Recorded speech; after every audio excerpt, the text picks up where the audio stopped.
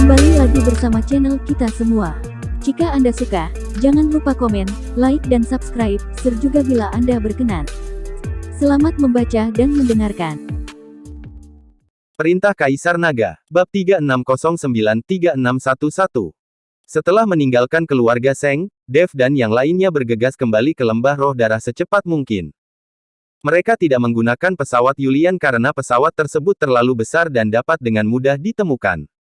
Setelah kembali ke lembah roh darah, Dev dan yang lainnya menghela nafas lega. Ayah, Tuan Chen, Anda akhirnya kembali. Kami semua sangat khawatir. Lilian melihat Dev dan yang lainnya kembali dan bergegas menyambut mereka. Guru, apakah Anda sudah menemukan orang yang membantai begitu banyak saudara laki-laki saya di lembah roh darah? Dustin bertanya. Sekarang dia tidak sabar untuk segera membalaskan dendam saudara laki-lakinya. Seymour menggelengkan kepalanya, kami tidak menemukannya.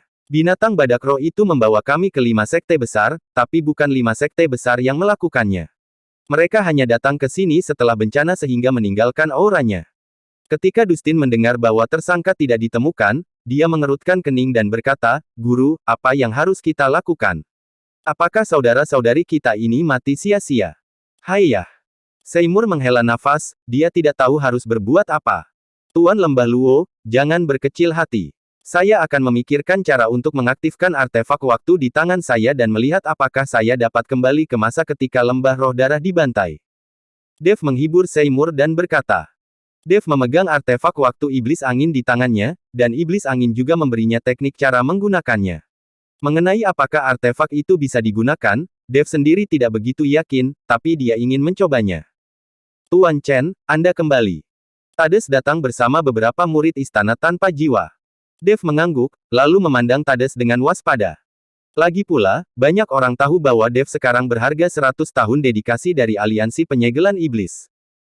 Meskipun transmisi pesan pembunuhan terjadi secara acak, Dev tidak percaya bahwa dengan begitu banyak orang dari istana tanpa jiwa, tidak satu pun dari mereka yang menerima perintah pembunuhan dari aliansi penyegelan iblis. Jika istana tanpa jiwa ini juga tergoda oleh dedikasi dari aliansi penyegelan iblis selama 100 tahun, Dev harus berhati-hati.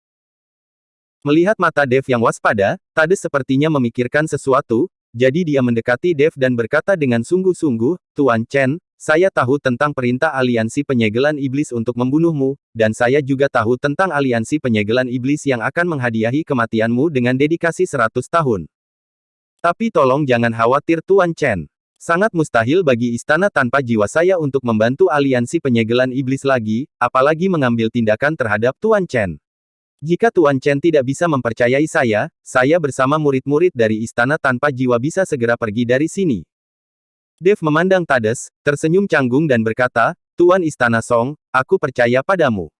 Kamu harus tinggal di lembah roh darah. Di sini aman untuk saat ini. Sekarang kamu telah meninggalkan aliansi penyegelan iblis, orang-orang dari aliansi penyegelan iblis pasti mencarimu. Tuan Chen, terima kasih atas kepercayaan Anda.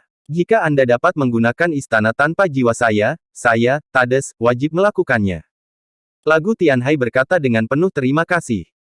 Istana tanpa jiwa seperti anjing ketika bergabung dengan aliansi penyegelan iblis, siapapun yang berani tidak patuh akan dibunuh.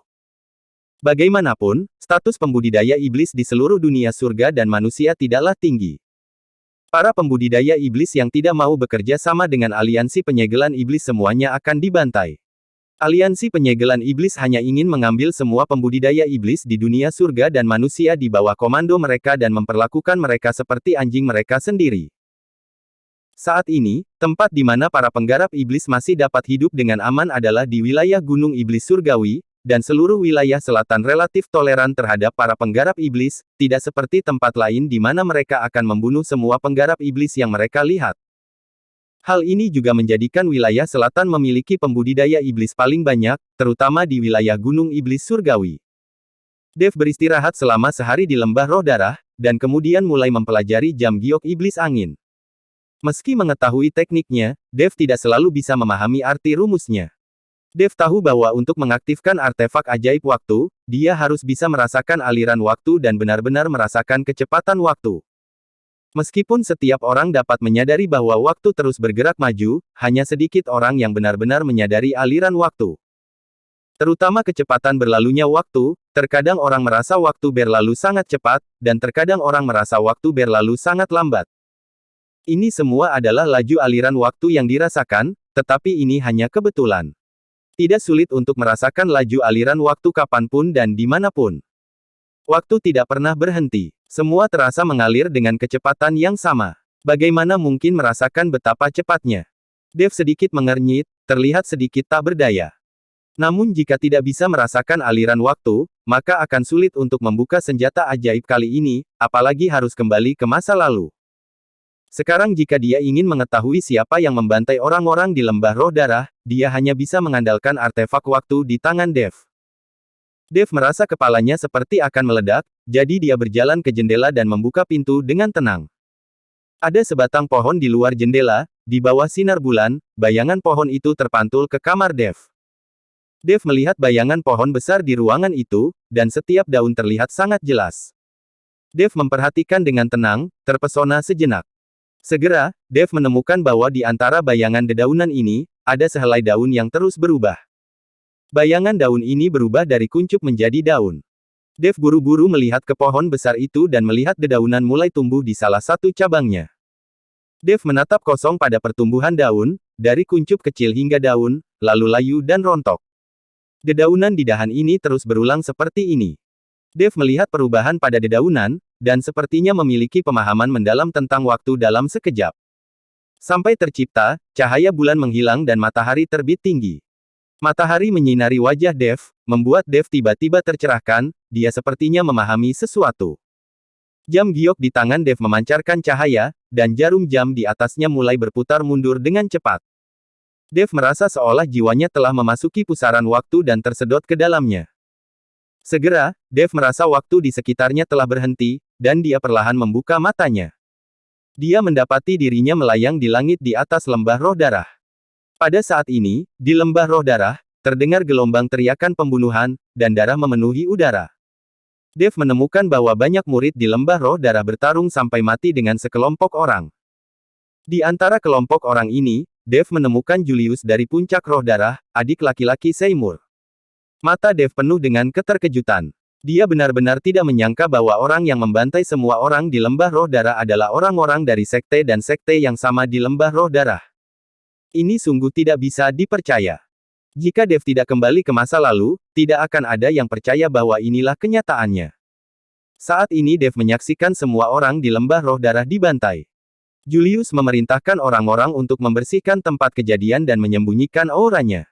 Tepat ketika dia menyelesaikan semua ini, Julius tiba-tiba melihat ke langit, dia selalu merasa seperti sepasang mata sedang menatapnya. Tapi dia tidak melihatnya, jadi dia hanya bisa membawa orang-orang dari puncak roh darah segera pergi. Tidak lama setelah orang-orang dari puncak roh darah pergi, orang-orang dari 5 sekte besar tiba. Mereka hanya tinggal sebentar lalu pergi. Semuanya sama seperti yang dikatakan Master Sekte Luo. Tuan Chen, Tuan Chen. Dev merasakan seseorang memanggilnya. Dev merasakan jiwanya tertarik kembali dengan cepat, kembali ke tubuhnya dalam sekejap. Tiba-tiba dia membuka matanya dan menemukan bahwa dia masih di dalam kamar Seymour, Lilian dan Dustin memanggilnya. Tuan Lembah Luo. Melihat bahwa itu adalah Seymour, Dev menghela nafas panjang. Jika seseorang baru saja menyerangnya, dia mungkin tidak akan bisa menghindarinya. Tuan Chen, ada apa denganmu? Kenapa kamu tidak bergerak? Seymour bertanya dengan sangat bingung. Saya. Dev ragu-ragu, dia tidak tahu apakah dia harus mengatakan yang sebenarnya kepada Seymour. Meskipun Seymour tidak ingin berselisih dengan Cheng Jing, jika Seymour mengetahui hal ini, akan sulit baginya untuk menanggungnya. Setelah ragu-ragu sejenak, Dev akhirnya mengertakkan gigi dan memutuskan untuk mengatakan yang sebenarnya kepada Seymour. Bagaimanapun, para murid di lembah roh darah dibantai. Sebagai master, Seymour memenuhi syarat untuk mengetahui kebenaran. Tuan Lembah Luo, saya tahu siapa yang membantai lembah roh darah. Dev berkata perlahan. Siapa dia? Ketika Seymour mendengar ini, matanya membelalak dan dia bertanya dengan penuh semangat. Lilian dan Dustin juga menatap ke arah Dev, terutama Dustin, dengan tangan terkepal, selama Dev mengatakannya, dia mungkin akan segera membalas dendam. Pelakunya adalah puncak roh darah, adik laki-lakimu yang melakukannya, kata Dev. Pelakunya dia. Bagaimana mungkin itu dia? Seymour terkejut, wajahnya penuh keheranan. Bahkan Lilian dan Dustin terkejut dan tidak percaya. Anda harus tahu bahwa Julius pernah menjadi anggota Lembah Roh Darah. Banyak murid di Lembah Roh Darah juga mengenal baik Julius. Bahkan jika Julius keberatan dan berselisih dengan Seymour, dia tidak akan begitu marah hingga membantai Lembah Roh Darah. Tuan Chen, bagaimana ini mungkin? Bahkan jika paman saya membenci Lembah Roh Darah, dia tidak mungkin melakukan ini, kan? Bagaimana Anda tahu? Dustin memandang Dave dengan tidak percaya dan bertanya. Lagi pula, hal semacam ini tidak boleh salah. Saya melihatnya dengan mata kepala sendiri. Saya melihat dengan mata kepala sendiri bahwa orang-orang dari puncak roh darah membantai semua orang di lembah roh darah.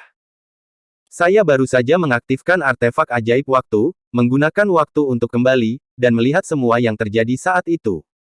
Dave berkata jujur. Ini. Dustin tidak tahu bagaimana membantahnya.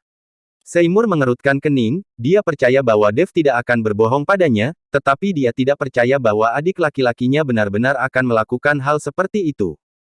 Tuan Chen, Anda menggunakan artefak waktu untuk melihat pemandangan saat itu. Mungkinkah itu hanya mimpi? Tidak peduli seberapa buruk pamanku, dia tidak akan berani melakukan hal seperti itu, kan? Lilian tidak percaya Julius melakukan ini.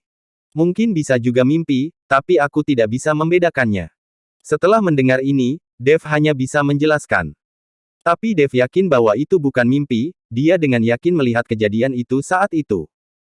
Itu karena Seymour dan yang lainnya tidak mau mempercayainya, jadi Dave tidak punya cara untuk memastikannya. Dia baru saja menggunakan artefak ajaib waktu itu untuk kembali ke masa lalu, dan sekarang dia tidak dapat menggunakannya lagi. Jika dia ingin menggunakannya lagi, itu akan memakan waktu. Apakah itu mimpi atau kenyataan? Sepertinya aku akan pergi ke puncak roh darah dan menanyai Julius secara langsung. Jika dia benar-benar melakukannya, aku pasti akan memotongnya menjadi beberapa bagian dan membuat seluruh puncak roh darah menghilang sepenuhnya. Seymour berkata dengan tatapan galak. Tuan Lembah Luo, aku akan menemanimu. Lalu kamu bisa mengikuti Cheng Jing untuk menghadapinya. Dave tahu bahwa Julius pasti tidak akan mengakuinya. Setelah Dave pergi ke sana, dia bisa menggunakan adegan yang dilihatnya untuk menghadapinya. Dan jika Seymour pergi sendiri, Julius mungkin akan menjebak Seymour. Dia berani membunuh semua orang di lembah roh darah, jadi dia sudah pasti tidak memiliki persahabatan, jadi dia pasti akan mengambil tindakan terhadap Seymour. Baiklah, terima kasih banyak, Tuan Chen. Seymour mengangguk. Dave meminta hantu tua Gunung Iblis untuk bergabung dengannya. Bagaimanapun, dengan kekuatan hantu tua Gunung Iblis saat ini, tidak ada masalah untuk berurusan dengan Julius. Adapun Scarlet dan yang lainnya, Dave meminta mereka untuk tinggal di lembah roh darah. Sekarang Tades dan yang lainnya dari Istana Tanpa Jiwa berada di lembah roh darah, dan Scarlet dan yang lainnya juga tinggal di belakang, sebagai semacam orang yang mengawasi Istana Tanpa Jiwa. Seperti kata pepatah, Anda tidak boleh memiliki niat untuk menyakiti orang lain, tapi Anda harus memiliki niat untuk menjaga orang lain. Jika Tades membocorkan berita bahwa Dave berada di lembah roh darah akan mengalami bencana lagi. Bersambung.